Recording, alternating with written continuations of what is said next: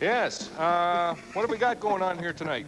Oh, we got lots of stuff. Oh, football. Lots of football. Of course, the Riders held a nighttime workout tonight, allowing fans a chance to check out the new crop of riders and some pretty impressive talent.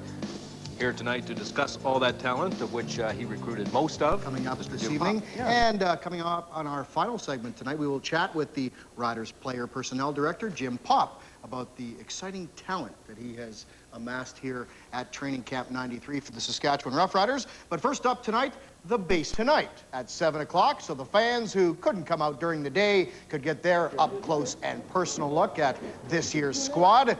Oh, I'd say about 1,000 people took advantage of this, grabbed an autograph or two, and decided who they will be keeping an eye on this season. Regina-based season's ticket holders are reminded that you can now pick up your tickets at the Riders office. They'll be open from 9 a.m. to 6 p.m. tomorrow through Saturday. Practices resume tomorrow at 9:15 and 4:15. And as we've told you before, there's some darn good talent at this year's Riders Camp. We'll chat with Director of Player Personnel Jimmy Popp, about that in just a few moments, so stay right there. So heading into camp, there weren't too many players that had a job all locked up. As a matter of fact, you could probably count them all on one hand. But one of those guys is DB Vincent Donaldson. Warren has more. It didn't take long for Vincent Donaldson to make a name for himself in the CFL. A free agent signing midway through the 91 season, Donaldson stepped right into the left corner spot last year and started all 18 games.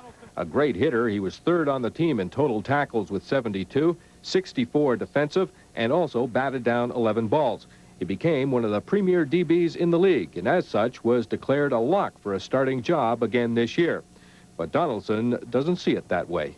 Well, no, I don't go in feeling that way because there's always injuries and other things that could happen that where you can either maybe be traded or not even be here and make the team in general. So I don't take anything for granted. I go out there, do my best, and try to improve on my skills. Donaldson got the ultimate respect from opposing teams last year.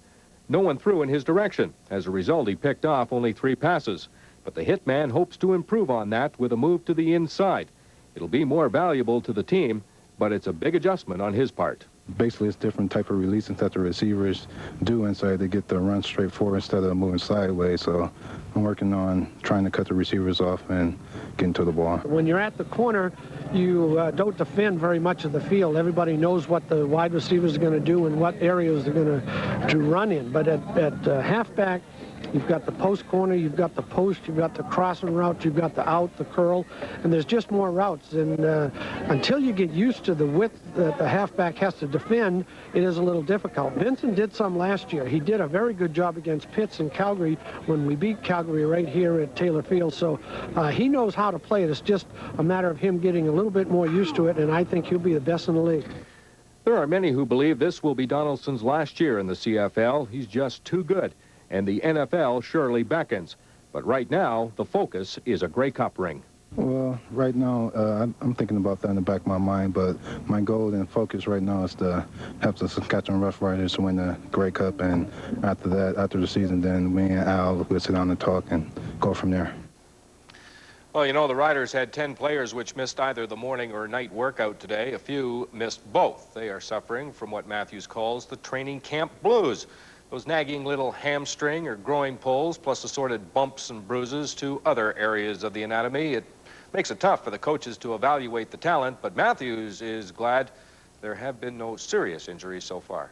The thing that happens is that because of our training camp, we expect to get these type of injuries. What we don't want is a knee injury that's out for 6 months or a year. So we accept the little nagging injuries like the hamstring or the quad pull because we know in 1 or 2 practices, sometimes a groin injury is 1 or 2 practices, 3 practices, we'll get the guy back. We just don't want to lose a guy for the season, and we've been very fortunate. We haven't lost anybody due to a serious injury. Line, we will chat with the Riders Director of Player Personnel, Jimmy Popp.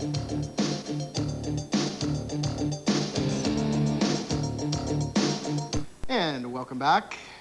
As we've told you countless times, the Riders have indeed assembled a great array of talent for this year's training camp, and a lot of the credit goes to this gentleman sitting immediately to my right, Director of Player Personnel Jimmy Popp. Jim, thank you for coming into the show tonight. Thank you for inviting. How much excitement, how much of a good time, how much hard work was assembling all of this talent in the off-season? Well, it's always fun. Just getting out there to get to see different guys and evaluate their talent, and I get to see a lot of different people on the way and meet a lot of different people while I'm doing it. But I really enjoyed going out there and hunting down the men, and it takes a lot of help from not only our coaching staff but some other people that I talk with to locate the players, and then have the opportunity to test them and decide which player, what's best for our team to bring them in. I guess it's important for you personally to have contacts in the States, guys you can rely on to get you some information. Well, definitely, and it comes along with my stepping stone to even get here to Saskatchewan, meeting people, and along the way, it also helps with having my father, who's been involved with football for 35 years, and with that process, I've met a lot of different people that can definitely help me locate people. How does the process work for the people at home who don't realize, and probably myself too? Do you get a guy, go look at him, watch him, if you like him, then you put him to Al and get him to sign him? Is that basically how it works? Well, it pretty much works this way. It all, I tell you what, I get a lot of freedom with Al and Don, and Don lets me know what kind of player we're looking for. My job is to go out and find that type of player. I evaluate him, I bring him back, I show him, I tell him exactly what I feel about him, and he asks me what the quality is, the best quality about him, and he goes along with my word most of the time. And from that process, once we decide that's the guy we want, then Al's given me a lot of freedom to negotiate majority of the contracts this year. He pretty much handles the guys that we've had on our team, especially when we're doing salary cuts, the older veterans that he's handled for a while. But majority of the guys that have signed the last 2 years, I've pretty much done myself. Okay. I've heard that about 10,000 college kids or college football players graduate each year from American colleges. Right. Now, I've also heard that it's getting harder, or it should be getting harder, for Canadians or CFL teams to get players to come up here. But you were telling me before the show it's actually getting easier because of the salary cap. No, yep, that theory is not quite right. As a matter of fact, it's working just the opposite. What's happening in the States right now is with the NFL dropping their draft pick, their rounds to 8 rounds, it leaves 4 rounds that they're not occupying, and they've put a salary cap on the rookies that they exactly are signing at the time. What they've done with that cap is they're going out to get a free agent type guy that has got a little bit more experience, and with that experience, they're not signing quite the many guys that are coming out of school or guys that have even been in NFL camps. Yet it gives the freedom of those fellows to come up here, which you're getting a better athlete that's coming up here instead of them staying in the States. How tough is it to get people to come up here to Saskatchewan? I know from being down in the States myself that a lot of people don't know where the heck this place is. Is it tough getting guys to come up here? Well, you're right. A lot of people don't know where Regina is, where Saskatchewan is. They always ask where it's located. They can relate to Toronto or Vancouver a little bit easier. You know, Rocket Ismail has been a big name in the league. Even Doug Flutie in Calgary, those type cities, they know about a little bit better. But the whole thing is, it's not really that difficult to get them to Canada. It takes a little bit of understanding what Canada is about and what a beautiful country it is. A lot of people have the misconception of what Canada looks like. Everybody has an idea that Canada looks like Alaska down in the United States, and now they think it's frozen we're on tundra. dog sleds. Exactly, and that's how they picture it. And not so much the states bordering Canada, but the rest of the U.S. on down. That's how they perceive Canada. I know I did in the first part of my life, and I know majority of people I talk to this day, when someone asks where you playing ball or where you going to play ball, and they say in Canada, they go, you know, how can you go up there and play? It's, you know, it's ice. So it's a little bit misconception. That's a hard part to get them to understand.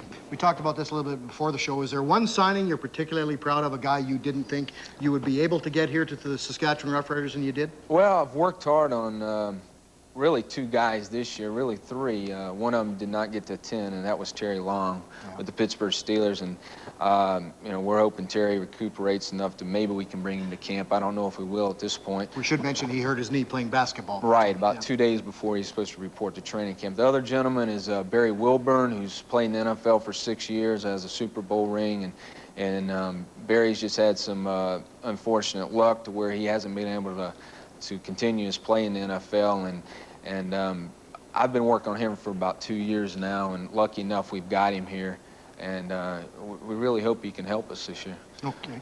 I'd say the third player would be Willie Culpepper. Willie played with the Tampa Bay Buccaneers last year, as did Barry played for the Cleveland Browns. But Willie was an outstanding receiver when he was playing with the Tampa Bay. Got released just recently to the fact where I was able to get him signed. I know Harold Jackson, who coaches the receivers there, was a great player in the NFL.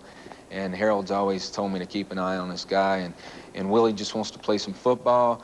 He'll have to prove himself once we get to some preseason games. He's definitely done it in practice, and it's just a matter of seeing what these guys can do when we get down to competition. Okay, your regular job, as we've mentioned, is Director of Player Personnel, but you've taken on a little extra. This year, you are also the receivers coach. How's that working, I guess? But normally this time of the year, you'd be kind of quieting down a little bit, but now you're right back in the fire. Yeah, I really enjoy coaching. That's what I've done majority of my career before I came here to Saskatchewan, was coaching a number of years. I actually got into player personnel accidentally when I started with a new football league, and I really enjoyed it. I was able to test almost 10,000 guys at that time. So my opportunity was here to be a player personnel director, and it's been a great opportunity for me that Coach Matthews and Alan Ford have given me. They're also giving me a chance to do some coaching here in training camp and hopefully through the season, except when I have to go to the States to do some scouting. And it's a lot of fun. Organizing camp it's not all me who does it. There's a lot of credit that goes to Patty Jackson and Joe McDougall. They do a lot in our camp, organizing it, and especially with getting the players' flights done in and out of coming into the city. Quickly, was it easier or harder? We should mention, if you don't know, Jim also is responsible for setting up training camp. Was it easier or harder to do it this year because it was here in Regina? Well, it's easier, and I know Norm Fong and the rest of the staff are enjoying it. It's a lot easier being here, just from the fact of up and moving everything we have to Saskatoon. They did a great job for us last year.